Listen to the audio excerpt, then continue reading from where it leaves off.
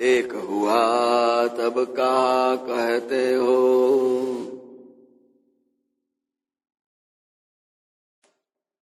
एक हुआ तब कहा कहते हो।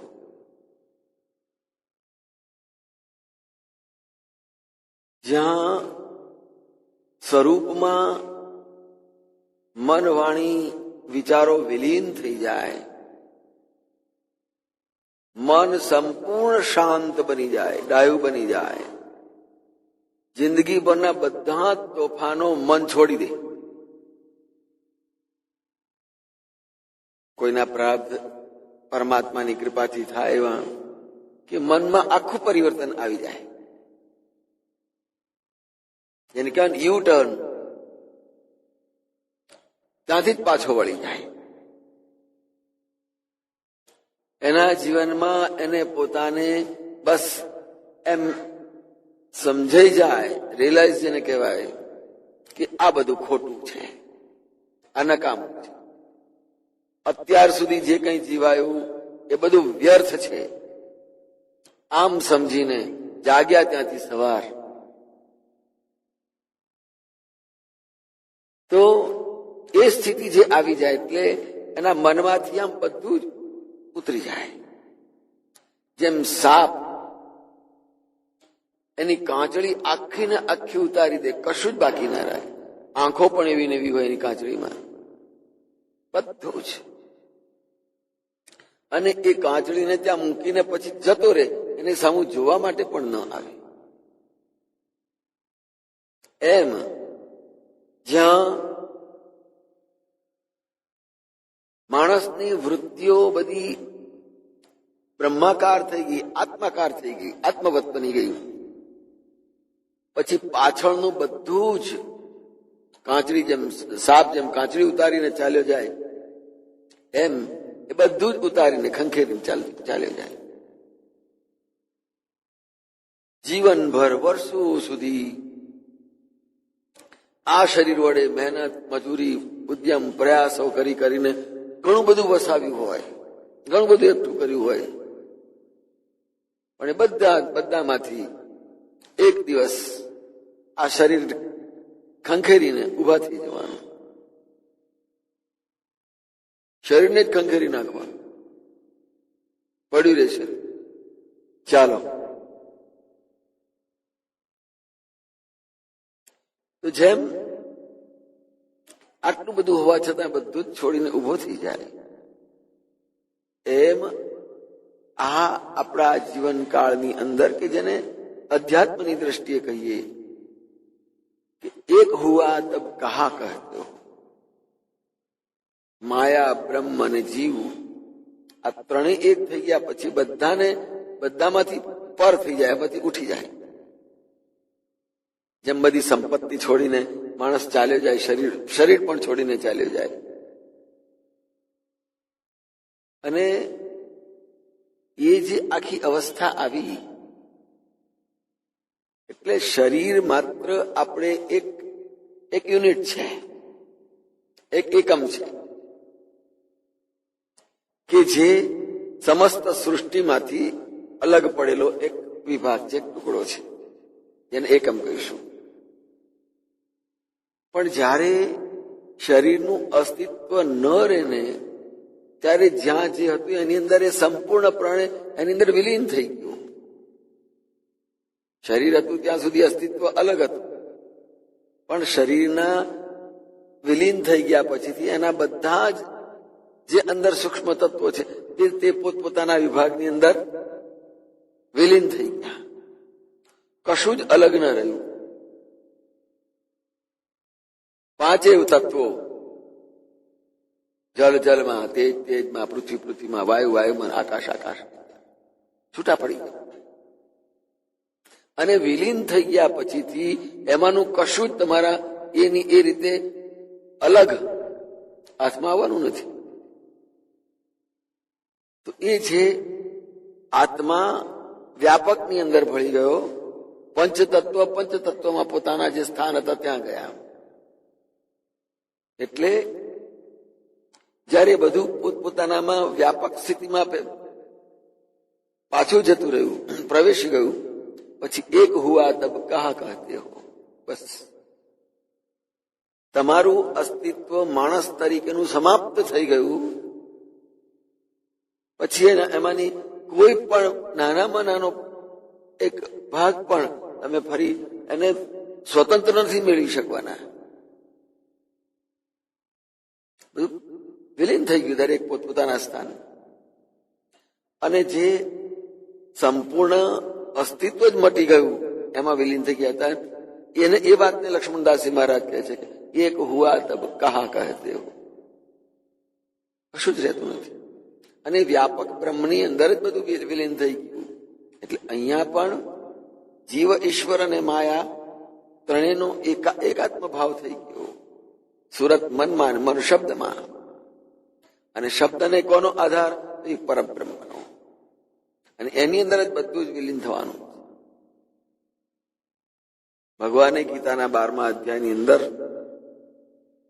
અર્જુનને વિરાટ સ્વરૂપના દર્શન કર્યા પછી કહ્યું, જોયું કે આ સમસ્ત સૃષ્ટિ નો એક પ્રવાહ ધસમસતો ચાલ્યા જ કરે છે, ચાલ્યા જ કરે છે, ચાલ્યા જ.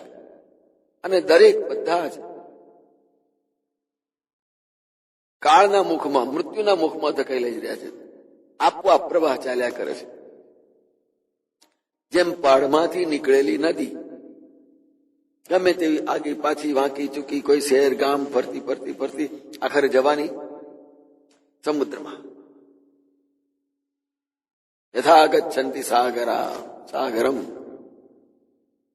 જેમ બધી જ નદીઓ સાગરની અંદર ઠલવાય છે, પછી એનું અસ્તિત્વ ત્યાં સમાપ્ત થઈ જાય.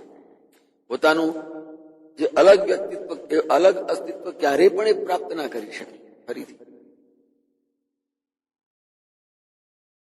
એમ આપણા માણસ તરીકેનું અસ્તિત્વ પછી કોઈ પણ એનો ભાગ હોય, કોઈ પણ પાર્ટ એ જ્યાં જ્યાં વિલીન થઈ ગયો ને, ત્યાંથી પાછો ક્યારે શોધવો જડશે જ નહીં. શોધવો એ પણ મૂર્ખામી.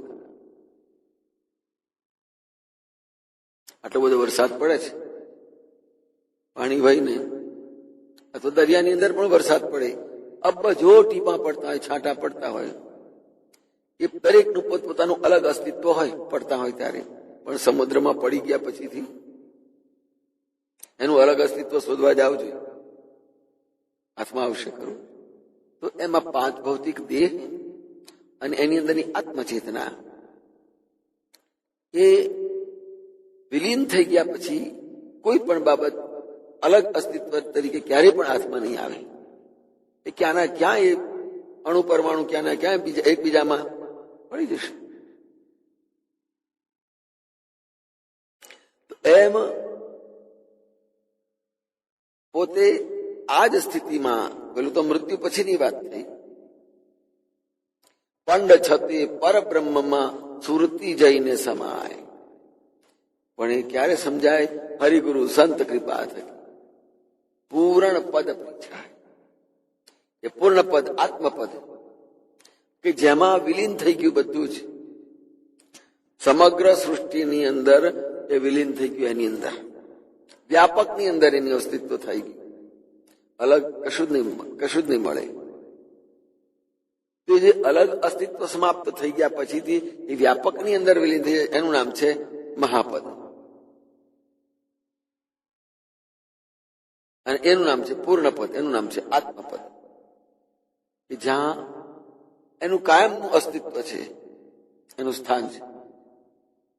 તો એ બાબતને સમજાવતા લક્ષ્મણદાસજી મહારાજે કહ્યું, આપ આગે તેનું એકા. બસ એ પરમાત્માની આગળ બધું જ વિલીન થઈ જાય. અને તબ આપ હુઆ તબ કહા કહેતે હો. જ્યારે એ પ્રમાણેની સ્થિતિ આવી ગઈ પછી એમાં કહેવા પણ કંઈ જ રહેતું નથી, વર્ણવા પણ નથી રહેતું, એને સાચવા પણ નથી રહેતું, એને જોવા પણ અલગ અસ્તિત્વ જોવા પણ રહેતું નથી. એટલે યોગ વાસિષ્ઠ રામાયણની અંદર તો વશિષ્ઠજી મહારાજ ભગવાન રામને કહે છે કે આ બધું જ આ પ્રકારે જ છે, એમાંથી જ ઉત્પન્ન થયેલું છે ને એમાં જ વિલીન થવાનું છે ને એમાં જ અસ્તિત્વ છે. એ બહારનું કશું. જેમ કાદવ છે કે એક છાણનો પોદરો છે,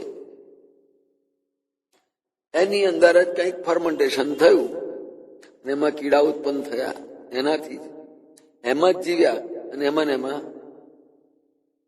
એનું અસ્તિત્વ સમાપ્ત થઈ ગયું. હવે જુદું ક્યાં શોધવાનું? એટલે મહારાજની સ્તુતિ કરતા કહ્યું, આપનું સ્વરૂપ કેવું છે? યતો જાયતે પાલ્યતે યેન વિશ્વમ. આમ આપનામાંથી જ આ સૃષ્ટિ ઉત્પન્ન થઈ છે અને આપ જ એને પાલન કરી રહ્યા છો. જનેભ્ય પરમ લીયતે, અને પાછું ત્યાં જે છેક છેલ્લું ઠેકાણું એ જ પણ પાછું ત્યાંનું ત્યાં જ. યથા નદીનામ બહુઅંબુવેગા સમુદ્રમેવાભિમુખા દ્રવંતી તથા તવામી નરલોકવીરા વિશાંતિ નાશાય સમૃદ્ધ વેગા. જેમ નદીની અંદર ભયંકર પૂર આવ્યું, ધસમસતું પૂર જતું હોય, એમ આ સમગ્ર સૃષ્ટિ, દરેક પ્રાણી માત્ર, જીવ જળ ચેતન દરેક ધસમસતા પૂરની માફક કાળના દરિયાની અંદર ધકેલાઈ રહ્યું છે. સમુદ્રમેવાભિમુખા દ્રવંતી. બસ કે જો કાલોસ્મી, હું પોતે જ કાળ છું. લોકાન સમાહર્ત પ્રવૃત્તા. ભજીએ છે એને છતાં કહી દે હું તમારો કાળ છું, જો આ તમને બધાને મારામાં જ સમાવું છું. એટલે એક હુઆ તબ કહા કહા. આ બધું જ એક થઈ ગયા પછીથી કશું જ જોવા કહેવા બોલવાનું રહેતું જ નથી. ત્યાં આગળ બધી જ ઇન્દ્રિયો, બધી સ્થિતિ, બધી જ પ્રવૃત્તિઓ સ્થગિત થઈ જાય, સ્થિર, પતી ગયું બસ. જેમ માણસનું અવસાન થાય અને એનું જીવન પૂરું થઈ ગયું, એની સત્તા, એની જે કઈ એનો વૈભવ, જે કઈ એની પર્સનાલિટી, જે એનું વ્યક્તિત્વ, એ બધું એક સ્વિચ બંધ કરી દીધી એટલે બધે જ બધું જ અંધારું. એમ આપણી સ્વિચ મેઇન એમાંથી ઊંચી થઈ ગઈ એટલે પછી આખું અંધારું થઈ ગયું, કશું ના મળે એમાં. તો વિલીનતાની વાત જયારે આવે છે કે આખરે 1,84,000 ફરતા ફરતા અનેક જીવો, એને ભળવાનું ક્યાં છે પાછું? પરમાત્માની અંદર. એ જ બ્રહ્મની અંદર પાછું એને વિલીન થવાનું છે. કેવી રીતે? કોઈ તળાવના પાણીમાં અથવા તો પાણી ભરેલા એક વાસણમાં તમે એક કાંકરી નાખો, એમાં વલયો તરંગો ઉત્પન્ન થશે, ઘણા બધા તરંગો ઉત્પન્ન થશે અને છે કિનારે જઈને ફરી પાછા એ તરંગો કેન્દ્રમાં આવી જશે. યતો લીયતી, જેમાંથી ઉત્પન્ન થયા, જેનાથી એ પોસાયા, જીવ્યા અને પાછા ફરીને ફરી પાછા ત્યાં એની અંદર વિલીન થઈ ગયા. એટલે જે પોતાની અંદર જે મૂળ સ્વરૂપની અંદર જ સ્થિર એમાં પતી ગયા. જ્યાંથી મોજું ઉત્પન્ન થયું હતું એની અંદર ફરી પાછું આવ્યું, કિનારે અથડીને પાછું આવ્યું. એમાં સમગ્ર સૃષ્ટિની 1,84,000 ની અંદર ફરતા ફરતા ફરતા જઈ છે કિનારે અથડાઈ અને ફરી પાછા આખરે તો દરેક જીવને પરમાત્મા સુધી પહોંચવાનું જ છે. અથડાતા કૂટાતા પહોંચો કે પછી સીધા પહોંચો, પણ દરેકને જવાનું છે, નક્કી જ છે. તો એને આ સ્થિતિ, આ અવસ્થાને કહેતા લક્ષ્મણદાસજી મહારાજે પોતાની અનુભૂતિ કહી દીધી. એમને તો ગુરુ મહારાજે સીધા જ સમાવી લીધા છે. એક હુઆ, જીવ ઈશ્વરનું તાદાત્મ્ય થઈ ગયું. જીવ જુદો ન રહ્યો, ઈશ્વર એનાથી અલગ ન રહી શકે. જીવ ભાવ મટી ગયો, એ સીધો જ પરમ બ્રહ્મ પરમાત્માની અંદર જ સીધો એની અંદર વિલીન થઈ. આ દરિયો, તમે કયા છાંટા શોધવા જાઓ છો? કે પેલા દૂધના છાંટા નાખ્યા હતા ને, પંચામૃતના છાંટા નાખ્યા હતા ને, અત્તરના છાંટા, એ બધા ગયા, કોઈ જુદું નથી. હવે we are all equal in site of God. ભગવાનની દ્રષ્ટિ અગાડી, એ ભગવાનની સામે આપણે બધા જ કશું જ નથી જુદા, બધા સમાન. તો આ દ્રષ્ટિ જયારે સાધકમાં આવે, બધું એક હુઆ તબ કહા કહતે હો. કોને જુદો માનવો, કોણ પોતાનો, કોણ પરાયો, કોણ પારકો, ત્યાં બધું જ ભગવાનની દ્રષ્ટિમાં કોઈ નાનો મોટો નથી. એને તો બધા જીવ પોતાના જ છે. જેમ એક બાપ હોય અને એના ઘરના પરિવારના જે હોય બધા જ લૂલું, લંગડું, ગાંડું, ઘેલું, માંદું, સાજું, બધા જ. તો ભગવાનની દ્રષ્ટિએ આખો જ પરિવાર એનો છે અને આપણે એના છે, એ આપણું છે. અને એટલા માટે કહ્યું કે જયારે આખો સમસ્ત પરિવાર પરબ્રહ્મનો એક થઈ ગયો, તો પછી હવે શું કહેવાનું, શું રહ્યું? ત્યાં કઈ બોલવા પણ નથી રહેતું, બસ માત્ર મૌન. અને એના માટે કહ્યું કે હવે બોલવાનું બંધ કરી લેજો અને તમારા લક્ષ્યમાં લાગી રહેજો. અને લક્ષ્યમાં લાગ્યા પછીથી શરીરના ભાન, કે હું શરીર છું, એ અવસ્થા એ ભાન જ નહીં રહે. હવે વાચક વર્તી મૂકી દેજો અને રહેજો લક્ષ્યમાં લાગી, ત્યારે દેહી તણા ભાન ભૂલશું. હું શરીર છું, દેહાધ્યાસ, આપણું પોતાનું અસ્તિત્વનું અભિમાન એ આપોઆપ સમાપ્ત થઈ જશે, વિલીન થઈ જશે. જો દેહાભિમાન જ ન રહે, પોતાનું અલગ અસ્તિત્વ જ ન રહે, શું બાકી રહ્યું? અને દેહી તણા ભાન ભૂલશો કહીને કે તમે ઈશ્વરથી જુદા છો એ વસ્તુ જ કાઢી નાખો ને જીવતે જીવતા આનો અનુભવ કરી લો. શરીર સમાપ્ત થયા પછી તો સૃષ્ટિમાં વિલીન થઈ જવાનું છે, જે તત્વ છે બધું જ. પણ એ વિલીનતાની સ્થિતિની અવસ્થા જીવતે જીવતા માણવાની. પંડ છતે પરબ્રહ્મમાં, છતે શરીરે આપણી વૃત્તિઓ પરમાત્માની અંદર સ્થિર થઈ જાય. અને સ્થિર થાય એટલે ક્યારે? મન કોઈ પણ પ્રવૃત્તિ ન કરે, મનનું હલનચલન પણ બિલકુલ સમાપ્ત થઈ જાય. જેમ ધ્યાનમાં કે સાધનમાં સ્થિર થઈને બેઠા આવીએ, શરીર બિલકુલ સ્થિર હોય. શરીર જલ્દી સ્થિર નથી રહેતું. ધ્યાનમાં બેસો ને ત્યારે ખણ આવ્યા કરે અને મન એ હાથ આગો પાછો થયા જ કરે. તમને શરીરથી શાંત સ્થિર ના બેસવા દે તો મનથી તો ક્યાંથી બેસી શકવાના? દેહી તણા ભાન ભૂલશો ની પાછળ એ ઇંગિત છે, અંગુલી નિર્દેશ છે કે જયારે ધ્યાન સાધન ભજનમાં બેઠા આવીએ ને ત્યારે શરીરની અંદર જે થવું હોય તે થયા કરે, સહેજ પણ હાલવાનું નહીં. એની મેં તો બધું ચૂપ થઈ જશે.